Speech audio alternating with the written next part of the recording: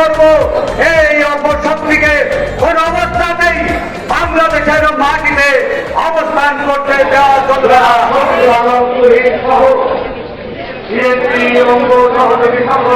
বিভিন্ন পর্যায়ে সকলকে সদর থানা বিএনপির পক্ষ থেকে শুভেচ্ছা জানাচ্ছি, বিপ্লবী অভিনন্দন। প্রিয় ভাই ও বোনেরা, আপনারা লক্ষ্য করেছেন গতকালকে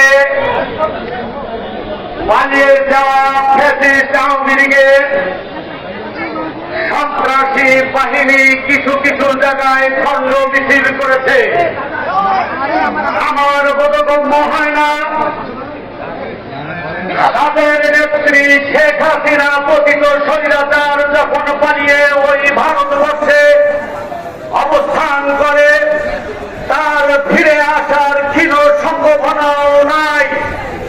তার ভিতরে এই সকল গোপন মস্তিষ্কের লোকেরা বাংলাদেশকে অস্থিতিশীল করবার লক্ষ্যে যে অপচেষ্টায় লিপ্ত আছে, আমার সত্যি হাসি পায়।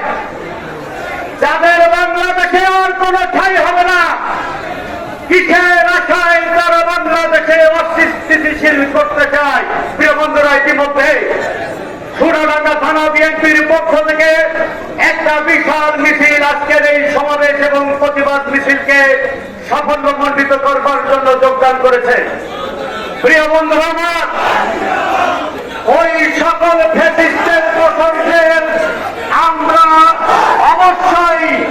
অবশ্যই দায়িত্বহীন ভাষায় বলতে চাই, যদি মায়ের বুকে যদি শান্তিতে ঘুমাতে চান, বাংলাদেশকে নিয়ে ষড়যন্ত্র করবার ন্যূনতম অপচেষ্টা আপনারা করবেন না।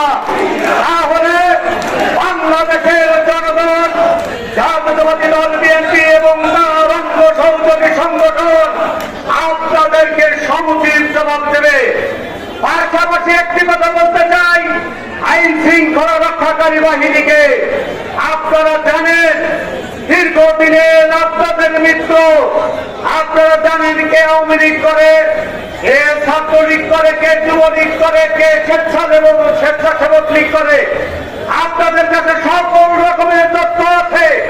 তারপরেও আপনারা বলেন ভাইরা আপনারা একটু ধরিয়ে দিন। তাহলে আপনারা কি করছেন? কেন সন্তানের বেতন ভাতা দিচ্ছেন? আপনারা যদি ইচ্ছা করেন 18 হাত মাটির তলে যদি ওই সকল সন্ত্রাসীরা থাকে, আপনারা গ্রেফতার করতে পারেন। আপনাদের উদ্দেশ্যে হুঁশিয়ারি উচ্চারণ করব, বাংলাদেশের এই জনগণকে বোকা মনে করবেন না। আপনারা যদি আপনাদের দায়িত্ব এবং কর্তব্যে অবহেলা করেন, আগামী দিনে আপনাদের বিরুদ্ধে আমরা প্রতিরোধ করে তুলব, থানা ঘেরাও করব। এই অপশক্তিকে কোন অবস্থাতেই বাংলাদেশের মাটিতে অবস্থান করতে দেওয়া চলবে না। এই বলেই আমি আমার বক্তব্য শেষ করছি। সকলকে ধন্যবাদ। বাংলাদেশ জিন্দাবাদ। প্রিয় সমাবেশ,